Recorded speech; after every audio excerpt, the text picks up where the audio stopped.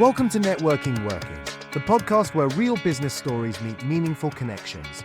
Brought to you by Business Matching UK, the UK's first business matching membership service with a business opportunity guarantee. Whether you're building something new, scaling something established, or just exploring smarter ways to move your business forward, you are in the right place. Welcome back to Networking Working. In our last episode, we explored what the Academy is and how it's supporting businesses across the BMUK network. Today, we're turning the spotlight onto the man behind the mission, Pugh, to hear how the idea came to life and what he's learned from working with so many businesses over the years. Welcome back to Networking Working, Phil. Thank you very much, Elisa. Let's go back a little bit. What's your own background in business and how did you first get into this world of support and mentoring? Ooh, at my age, that would be such a long story, so we'll skip over some of it. When I left my education platform at university, I went into corporate life, and even though I've never smoked in my life, I did actually try a pipe when I was a younger man but didn't like it. I spent 25 years in the tobacco industry, making other people smoke cigarettes and tobacco and all that good stuff. But as I went through my corporate life, I understood much more that there is a lot more to business than just being given a budget, which, to be fair, in a corporate responsibility, you have very little responsibility for it if you make a mistake. I did make mistakes and I spent money needlessly, and no one really came up and said, you need to pay that back. So I was in production management, and as I went through the echelons of power with BAT and spent some time overseas, I grew more frustrated with people who were in marketing and in sales and finance. So when I then became responsible for a number of factories and responsible for quite large sums of money, I got very frustrated with salespeople telling me, by the way, Mr. Pugh, you now have to make these cigarettes with that blend at that cost. And I'm saying to them, but you could have spoken to me last week or even yesterday, and I could have prepared. How do you expect me to stop a jobbing factory and change over? Just do it. And that frustrated me no end, because the kernel for the business was manufacturing, not sales and marketing, even though corporates like BAT was all about sales and marketing. So after 25 years, I decided I would leave and I would try and understand more than how to spend money, but how to make it and how salespeople and marketing people actually got on with their work. So, long story cut short, I left BAT and I decided that I would open up a small business importing and selling white goods. Wow. So I used the contacts that I had through BAT and I started to import white goods. And I started then to sell them to outlets in the UK, principally in the Northeast, and that grew quite successfully. What it taught me to do was to understand all the things that I know about my own present business, cash flow in particular, how to market, how to sell, or how to attempt to sell and how to attempt to market, because you never can do it exactly right all of the time. And that business I held on to for about 3 or 4 years. I had about 6 employees, and I thought, well, okay, I have broken my teeth on that. That's fantastic. And the guys that I employed, guys and girls, were really good. So they bought me out. So I sold it to them, and they were actually functioning until about 10 years ago. So they were in the business good 15 years. So what I then did was to go into business consultancy. So I just set myself up as a business consultant, as you do. You know, you've done this and you've done that. You can put a badge on and say, I'm now an expert, and here I go. And in those days, 80s and 90s, and people would listen to, if you had a strap line and you were confident and you could stand up and say you were able to do X, Y, and Z, then, you know, you could possibly sell that idea.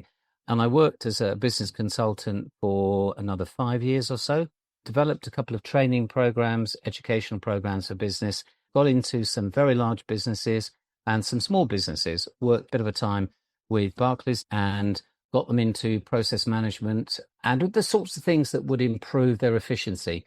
Not successful because look how ineffectual banks are today. Yeah. I did all the wrong things. Sorry about that, guys. It's not my fault in total. Not my fault. And I did that quite well, enjoyed it. It gave me freedom. Family life was quite good. And then one of my friends at uni said to me, I've got a job for you. We'd like you to go down to the South Coast again for a couple of weeks, work in this organization and help them get through their PSI standard. And I said, okay, but that's not really my forte. And he said, don't worry, just make it up as you go along. So I went down to this organization and I did. And I stayed there for 5 years again, and I couldn't get out. And I couldn't leave because they just loved it. So within the organization, they had divisions. So I worked within divisions, within small groups, brought in group working, all the sort of stuff that a consultant would do. Naughtily, really naughty here, it gave me the opportunity of developing my own product, which was a business management system. And I gave the IP address to my friend, and he said, well, what do you want to do with it? So I said, leave it with me. And what I did do, because I had worked in the States through BAT, naughty, this is really bad. I'm ashamed to tell everybody. I sold my platform whilst I was working for this company down on the South Coast. So after about 6 months, and I would stay over at night, and this particular company worked 24/7. So I finished my day job and I would stay. They didn't mind, and I would carry on working. And I was able to sell my product and process to 4 or 5 companies in the US without me being there. And then my friend said, here's a brown envelope, get on a plane, go out there and set up a business, open an office, which I did. So I went out to the States again, lived out the States for quite a few years, so that wasn't uncomfortable for me. Set an office up in Falls Church, which is on the East Coast, opened another one on the West Coast, opened another office in Vancouver. What we did, we sold technology, but we sold in principle this particular platform that I had developed. And it allowed me to go into organizations and help them to improve the processes or implement processes that help them to become more efficient. Now, the aim of those platforms wasn't to reduce labor. It was to improve the process and squeeze more money out of it, make them more efficient. Did that, left there because I had to come back to the UK. My parents were not very well, and I decided that I would go and get a job. Can you believe that? Get a job. Horrible. So that took me into sales. Now, I'm not a salesperson, but I genuinely believe good salespeople, honest salespeople, we all have that innate ability. I think many of you would say to me, I don't know how to sell. I can't sell. And my answer is, you can sell. You do it every day. You sell to your wife, your husband, your kids, the neighbor next door. You do it all the time. It's just having to sell something that is going to make you money. And other people would say, well, I can't ask for that. I can't charge them for my services. And that becomes an embarrassment, and so on and so on and so forth. I went back into a corporate life selling telecoms. I was successful at that. But again, I have to be honest, I cheated. I'm not mentioning company names. What happened was that when this particular company couldn't be honest with the customer, and they told me, tell a lie, pretend, do it the bad way, in my opinion. I didn't like that. So I wouldn't do it. So I then handed it out to a mate who then sold them what I couldn't sell them at the right price.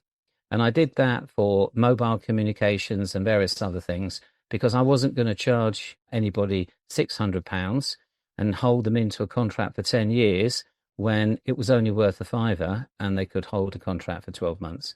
I did not want to do that. So eventually they sacked me, and I'm not surprised that they did that, but it taught me a big lesson about ethics. So as they took my company car away and made me get on a train to go home, which was fine, I'd already set up a business with my then wife, and we started to grow that business into what we have today, which is communications, connectivity, cybersecurity, and we've grown that over the past 15 years. So that's sort of potted history. There have been dips and drops and ins and outs. To get an example, I lost a company. I went into my garden and I had a week where I was building a coal shed. And to put food on the table, because I had 3 young children, I decided that I would start a little business. So I sold magic tricks to retailers. So I would get in my car and I would knock at all the stores around and I'd say, can I put this stand up? You will have a share of that. I will come back every week and restock it, blah, blah, blah. You keep a stock check, tell me, and so on and so forth. And that was hard work. But you're at the lower end of the scale.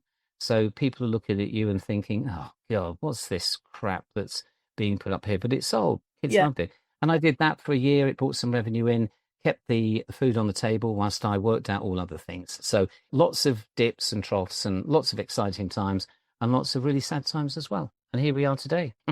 I'm being honest. Oh dear. There's nothing wrong with being honest. Just going back to the point that you made about ethics, there is a lot, especially in the last couple of years, that are coming back to bite people on the bum with mis-selling. PPI is obviously the most well known, but there's also quite a few other bits and pieces that are coming back. It just goes to show it's always going to come out in the wash. So there's definitely value to be had in working ethically. So true. So you've obviously seen the highs and lows of business ownership over the years. What stuck with you the most? I think more of the disappointment, and I think more of the disappointment with people, not necessarily with business, because you either read the book and put it into practice, you make a mistake, you learn from your mistake. But with people, it's different. You trust people, you get to know them, you like them. And as that trust grows, you put more into that trust. And I've been let down. Yeah. I mean, don't get me wrong. I'm sure I've let people down as well. It's not only a one-way street, but I've been let down a couple of times quite seriously where I have lost my business. It's been taken away from me. I trusted those people. So for me, the disappointment in people not telling the truth, or, I mean, I don't want to use the word respect because we always use the word, you don't respect me. It's more than that. It's the pain that you feel in your heart when you think that you have given your all to this situation and, you've signed a piece of paper. The person that you've signed it for is 10 times bigger than you. They are mega. And they reach down to you and they say, I like you and I like what you're doing and I want to help you. And really what they're saying is, excuse the language, I'm going to screw you when I get the first opportunity. And before you know it, the rug's gone. And I lost a business and a sizable net worth when I was 40. And I made another mistake when I was in my early 50s. And the pain stayed with me. Two elements of that pain, but more importantly, the first one was the fact that when I lost those two businesses, the second one in particular, I could do nothing about the people that worked for me. And they lost their livelihoods as far as I knew. Because, and again, I'm being honest with you, on a Friday morning, this particular year in November, I got a phone call to say, if I were you, I would leave by the back door. You can get into the car, but don't look back because the administrators are coming through the front door. And I couldn't believe it, but it was true. And I went into overdrive and I felt so ashamed. And I walked out the back, got into the car and I drove off. And I pulled over. I felt so sad and brokenhearted by the fact that not that I had lost the business, not that they had cheated on me, and this was a big American company. If you say, well, could you not do something about it? No, I couldn't. Yeah. They crushed me. Was the fact that I couldn't speak to the people who had given their sweat, the blood and the soul whilst I had that company to work for me and to work for them. And I couldn't say goodbye and I couldn't say sorry. And I couldn't say it wasn't me. And I had to walk away from that. And that disappointment in people. So what does that taught me? I have to say, it's taught me never to trust anybody. I keep my own counsel as much as possible, and I would not advise any of you to do that. Only be careful. You have to trust people. You have to like people. But be careful. Don't step so far over the edge without a parachute. You must have a parachute. By all means, take risks. Yes, we all take risks. But it's understanding the consequence of that risk. And I have to say, we don't understand what it can do for you when you make that mistake. So ethics is very important to me these days, certainly at my age. And there are people that have lost a lot more. Don't get me wrong. There are people that have lost the roof over their head. They've lost their family. I've seen it. They're destitute.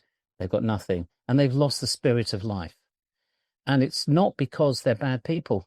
It's because the deck has dealt them a bad hand. Yeah, okay. But you can play that hand. You can play the hand and not lose everything that's on the table. And then if the worst happens, you've got to be strong enough to come back. And you have to get yourself up off the floor. I know those words are so easy to say, but when you've got dark clouds rolling in on you, if you've got bailiffs after you, if you've got a bank after you, whatever it may be, and you think, I didn't bring this on myself. I've been set up. Yeah. I've contributed to it, but I haven't set the tsunami. So it's important, I think, more so today, honesty, integrity. Do we have it? I mean, that's the worry. I think there are fabulous people out there. There are people that want to be honest. I think we all start out wanting to be honest by wanting to be clean. And then what happens? You're told, well, if you don't play the game, you're not going to be in the game. You're going to lose because no one else is going to come and play with you. You think, is that really true? And I think that can be very sad if you happen to be in that pot. But if you can stand up and say, I did try my best, I have been as honest as I can be, because it doesn't matter what people say when they say to you, I never tell a lie. We all tell lies. They could be white lies. We all tell lies. We all protect ourselves. We are flawed as humans. We do it. So in business, it's important not to do that. And listeners will know of what's happened in many of the corporates that we hear about today, where dishonesty has been rife, and it will come back. Lisa, you said it comes back to bite you, whether it's today or tomorrow. So morality is important, honesty is key, and support and help for people who need that form of protection. And it's not saying, oh, I can do it better than you. It's saying, I would like to be an island. Even if that island just means I'm here and over a cup of coffee or a pint of beer or whatever it may be, you talk to me and just talk, let it out, because in doing that, there may be a road that you can take that takes you in a better direction. From your past experience, was there one particular moment that made you think of the Academy as it stands now? Yeah, I have to protect people here. So my co-director, Paul, had a very difficult time in his life. And I have had as well, and other people that I know also have had. And I can recall sitting down with him on a particular day some years ago when his life was in tatters. And Paul doesn't know I'm talking about this. We sat in a place looking over the North Sea, and he really didn't have anywhere to go. He was distraught. He had a vision. He had strength and ability, and it had all been washed away. I talked to him for many hours, and we continued to talk over the years. And I'll stop there because that's not my business at all. And that's happened with a couple of other people as well. I found that being able to, more than anything, listen. It's that ability to listen and hear what they're saying. And it's not, oh, yeah, well, you should have done this. And, oh, how stupid of you to do that. It's not that. It's just giving that person the time to get out from inside that huge weight that they've got. The guilt, the sadness, the loss, all of those things. Now, people call it grief. And get it out onto the table. And we all know this because it's a common adage. Talk about it. Yeah, okay. It's easier said than done, isn't it? And we can all talk about something, but we're not necessarily talking about the truth. That bit really is the bit that you've got to cough up and spit out, but you don't want to. You don't want to. And I've been in that situation myself. Over the years, I've sat and I've listened to people. The stories are very much the same. And again, it comes down to the person that you dealt with, the dishonesty with the other party, the mistake that you made. Not only the trust that you put on people, but also the mistakes that you made as well. Yeah. Because you aren't always the innocent party. You've been involved. You've also contributed to it. You've been dragged along. You haven't been your own person. You inside have said, that's not right. But you've still gone along with it because it's paid your salary or it's done X or it's done Y. It takes a brave person. And I admire those people who put the brakes on and say, enough. I am going to be a whistleblower. Or I tell you what, I'm not going to be a whistleblower because I'm scared. I'm just going to leave because I can't do this anymore. The strength in being able to do that. They're the people that are trying to make a difference. They're the people that we should learn from. But we don't. It sounds very familiar, what you've just described. This episode of Networking Working is brought to you by Business Matching UK, the UK's first business matching membership service with a business opportunity guarantee. If you're tired of turning up to networking events that lead nowhere, BMUK guarantees to offer something different. Structured, supported, and strategically driven business development, designed to connect the right people in the right way at the right time. With a blend of face-to-face and online meetings, plus 7 unique mechanisms, BMUK guarantees real business opportunities, and that guarantee is the cornerstone of what makes us different. Stop chasing leads and referrals. Start matching with meaningful opportunities. Register your interest today at www.business-matching.co.uk. Business Matching UK. Matching ambition with opportunity. Mentorship clearly plays a huge role in what the Academy's about. What is it about mentoring that you think makes the biggest difference? That's a really good question and not an easy one to answer. So I think for me, if I'm talking to a business, if I'm talking to a business owner, it doesn't have to be the business owner, somebody in the business that has got a problem. If I believe what they're telling me is really the kernel, if I have got their trust and they are telling me the real burning anguish that they've got, it sounds awful if I say that pleases me, because that helps me to help them to understand that's the start of things getting better. Now, use the analogy again, if you've got an addiction, if you can admit to the addiction, they always say it's the start of the road of recovery. And I think that's right, because then you're thinking about what you should and shouldn't do. I have an addiction. I love Frosties. So I can go through a box of Frosties in the blink of an eye, and I've always been like that. And my family think, they just criticize me and say, you're going to die young. Because I can, and it's really bad. And I admit that. I can't help it. I open a box of Frosties, and you've got to take it away from me. I don't have that ability. And my wife will say the same with a pot of ice cream. She will say, shall I take that away from you now? And I say, you're going to have to. So mentoring, sitting in front of somebody or alongside somebody and talking about their problem is one thing. But being able to allow them to allow you to get behind the curtain, the veil.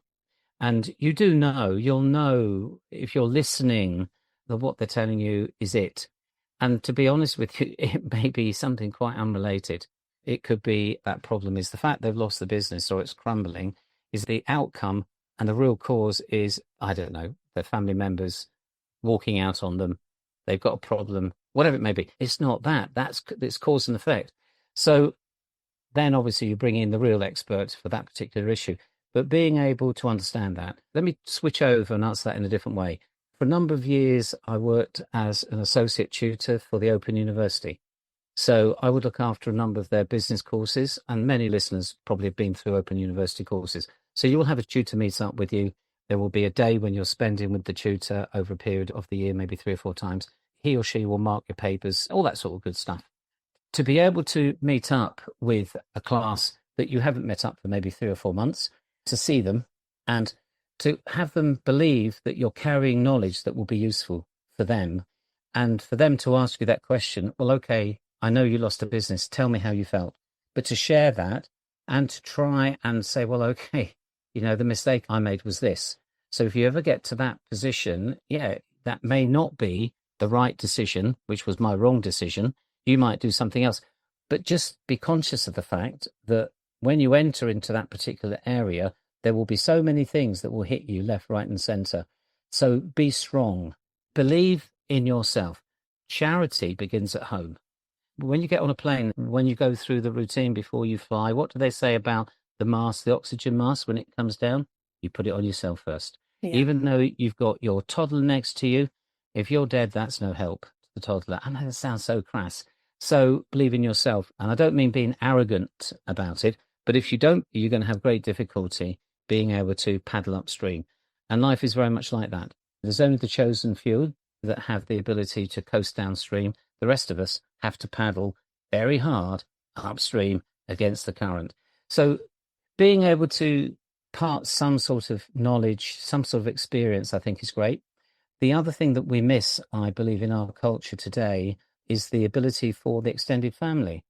So if you look at other cultures, particularly Indian culture, Spanish culture, the grandparents are seen as gold mines.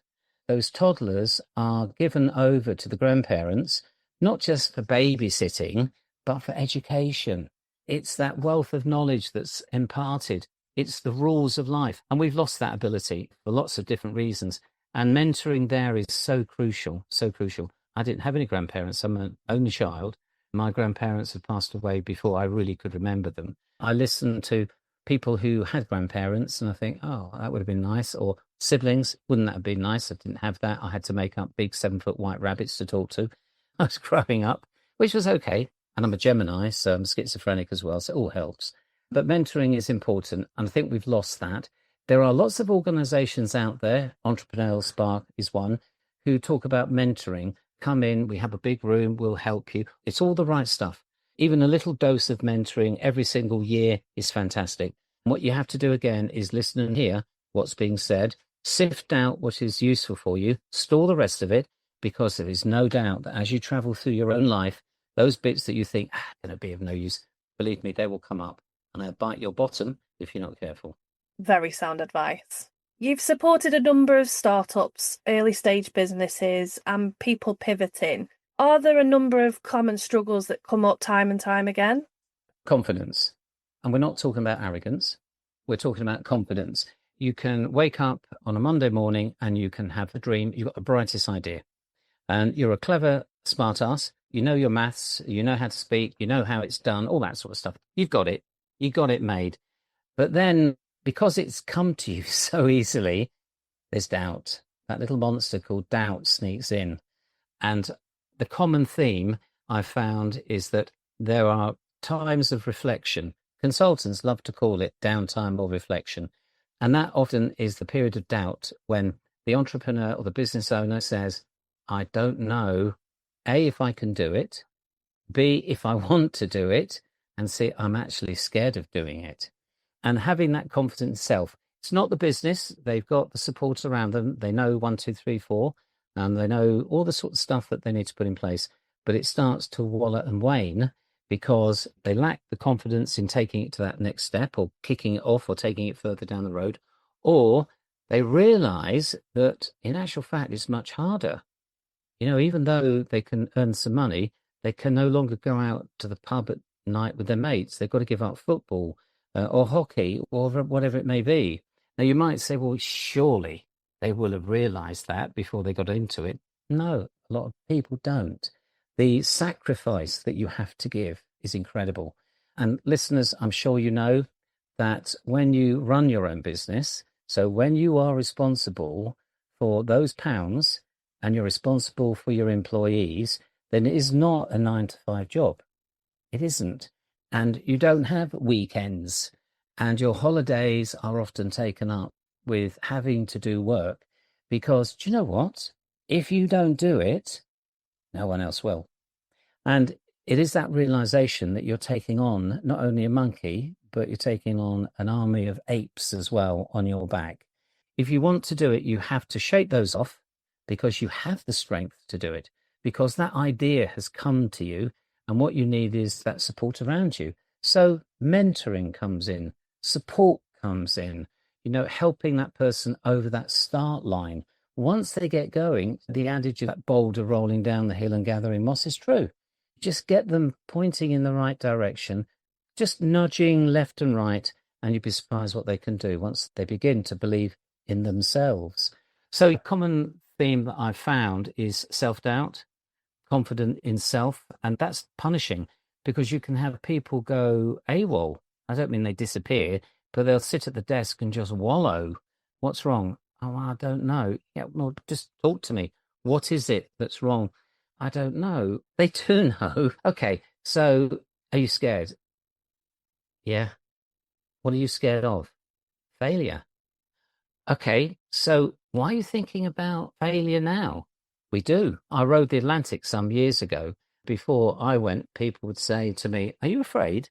No, I'm looking forward to it. Well, what if you die? What? I'm not thinking of dying. I'm actually thinking of enjoying myself whilst I'm rowing out there. Well, what about the storms? Well, you can have a storm on that. Let's not worry about that. Let's not worry about the issue. If we have an issue, we'll worry about the action we need to get through it. And life can be like that. People don't do things because they're so busy worrying about what might happen. So that common theme is people with self-doubt. What happens if I fail? No, it's not about, can I get some money?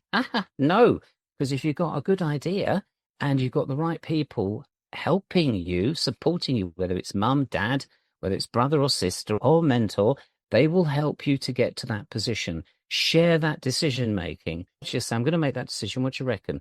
You can ask anybody. I've done this so many times. I've had a decision to make, and it's an important one, bearing in mind I have made mistakes, so be cautious. So I'm not only asked my wife, not only asked the kids when they were old enough, but I've also asked the barman. I've also asked some total stranger, just what do you reckon to this? Because you can't gather too much information. The more you have, the better it is, because there is something somewhere, somebody will say that you think, oh yeah, okay, boom, boom. Never give up. Don't think you can do it all yourself, but have confidence, go out, ask the questions, make sure you gather every single bit of information you can. And if you doubt, ask again. Because we've all been told at school, don't be afraid to ask a question. But you know what? None of us do. We don't put our hand up. We think people are going to think we're stupid if I ask. What did you mean by that? Ask, for goodness sake. Have you found any common themes with those successful people in what they do and how they deal with situations? Oh, that's a horrible question. That really is. When I look at that question, there are the two aspects. One are the people that I don't really like. They are let's start with them. They are the horribly arrogant people that will step on you and will crush you and don't care. And I've talked about self and confidence and charity, but this takes it to a level that's just unacceptable, where they will climb and pull you down. They will tread on you, they will make you bleed, and they will not look behind. They don't care about casualties. All they want is to reach that top where, I don't know, they're kings.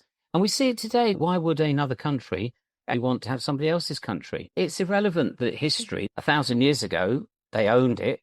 No one owns land, by the way. But they want it today. What gives you the right to say that? So start with that premise. There are some horrible people. So in business, there are horrible people. I'm sure you can give me a list. I'm sure you know at least one horrible person, whether it's somebody that caused you difficulty when you were starting or running your business, whether it's a customer that you have that you can never satisfy because whatever you do is wrong. And you just say to yourself, I wish you'd leave, but you don't want them to leave because that's a bit of a failure. So I don't like those people. They tread on you. They're not interested. They're not supportive. They run a culture of aggression and depression. It's not a nice place to work. We go back one step, those people that have self-belief, but also they create an environment of growth. So they're listening and they are hearing. So even though they may be a millionaire, whatever the company is, whether it's tech or whether it's service, doesn't really matter. But what they're doing, they're involving their people as far as practicable, at least being able to say, is the environment that I'm building for you right? Is the air conditioning okay? Does it work? It's not working. No one's told it. Why isn't it working? So even though you may run the business, paying attention to the people that are making that money work for you, it's all of that. As you become successful, and I have met both. I've met those people who, even though they have been so successful almost by default, without even trying, they have considered themselves very fortunate and they have gone backwards and they've actually walked around their shop floor, not in an arrogant way, but they know people. They know Mary, who's worked there for 20 years. They know Bert, who was a kid who's just got married. They're not paying the minimum wage.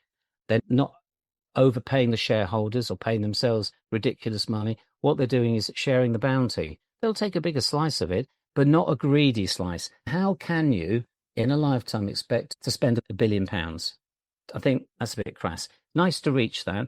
We have philanthropists, don't get me wrong, we have wonderful people, but we also have lots of other people. So those people on that side who think about all the people that have helped them, as opposed to the other side, They don't care about the people they've trodden on and squashed.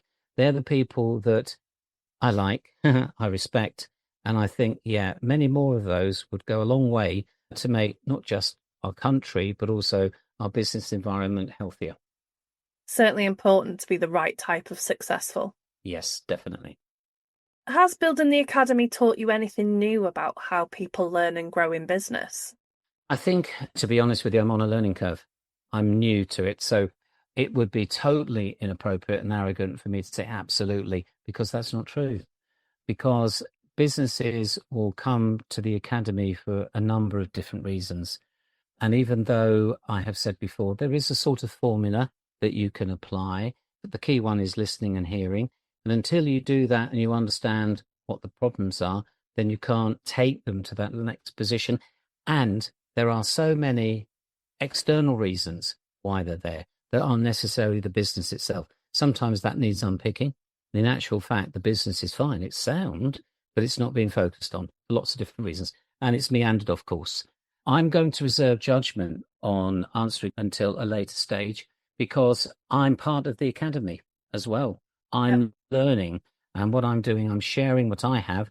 And I know that businesses are teaching me as well in a different way. Definitely an ongoing process, isn't it? It is. What's the one thing you hope people feel when they join the academy? I hope that they join for the right reason. I hope we have explained to them the reason why they should join the academy, because there's two halves of that equation. I want to go to the cinema, but should I see that movie?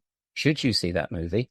And if going through that plus some other sort of tick boxes, they say, yeah, I really want to. I believe it can help me. I mean, it's that help me, because I don't believe any of us can go through life without help. Again, going back, we find it difficult to ask for help. That aspect, I think, is important. If somebody comes on board genuinely, I just go back to another analogy. So again, what we've missed in our country is being respectful to our flag. In America, of course, you swear allegiance to a flag, not to a person, but to a flag, because that flag represents the country, represents the culture. You sign up to something and you have a belief in it. And we are creatures of habit, and we all love movements, don't we?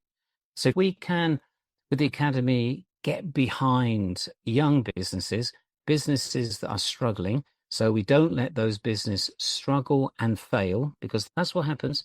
There isn't really anybody out there to help them, to be honest. There isn't. The banks will take the rugs away as soon as they smell that the rugs haven't been washed for a couple of days. That's it. They're out. And that's without anybody else they borrowed money from. It's that support. It's knowing that you've got a safe haven to go to, even if it's just popping in for a coffee and saying, I've got this problem. You know that you're going to get people who aren't going to say, oh, don't be silly. You should have known that. You learnt that at school. You know, somebody that says, tell me, I'm listening. Okay, I hear what you say. Okay, my experience is, or let's go down the corridor and let's have a chat with a few people. No, if we can do that and help those young businesses grow with the support and let them flourish, but those that are on the downward cycle or just stuck somewhere in between, but eventually they will nosedive, help them to go to a next level or to understand what they need to do, whether it's the funeral or whether it's, okay, on holiday, let's take off when we get back. That for me is important. There's a lot of experience that both yourself and Paul have been through in your business lifetime. Not all positive, as we've touched upon. If you could go back and speak to your younger self, what's the one bit of advice you would give your previous version of your business self? This sounds rather mystical. When I've been faced with a decision that when I look back on it, and listeners, I'm sure many of you will say, oh yeah, I've been in there as well.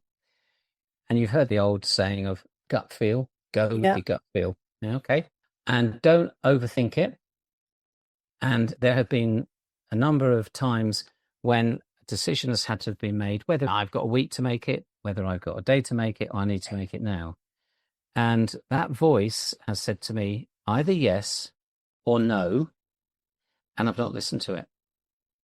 I've actually said, that's white noise.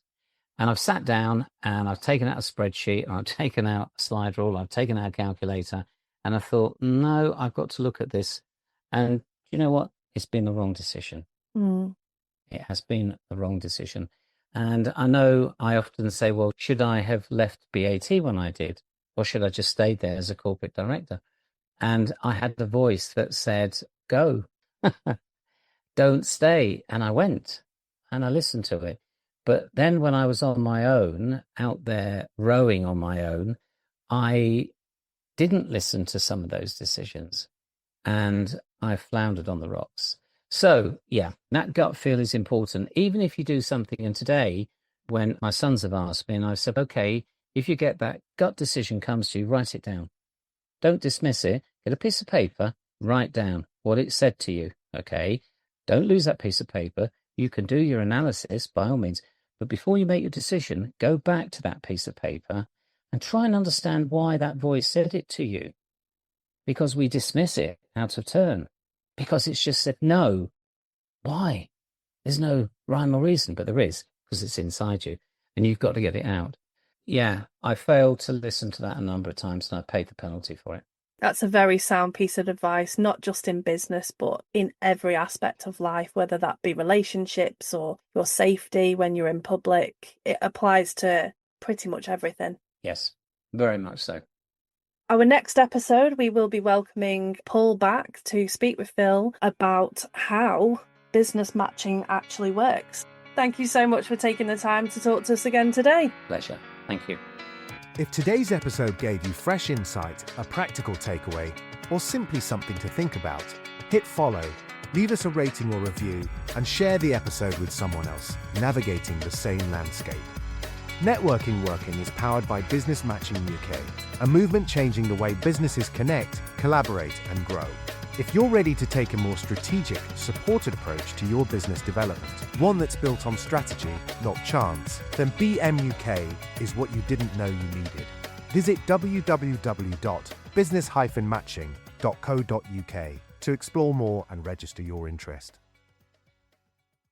The information in this podcast is for general guidance and entertainment purposes only. The Networking Working podcast shares ideas and experiences to inspire and inform, and we believe they can be valuable, but they may only reflect part of your own business journey. We always recommend seeking independent advice and using your own judgment to decide what's right for your business. We encourage you to do your own research before making any decisions. The opinions in this episode are our own and those of our guests, and we do our best to ensure the content is accurate and relevant at the time of recording. If you have any questions or would like to continue the conversation, you can reach us at info@business-matching.co.uk. Thank you for listening.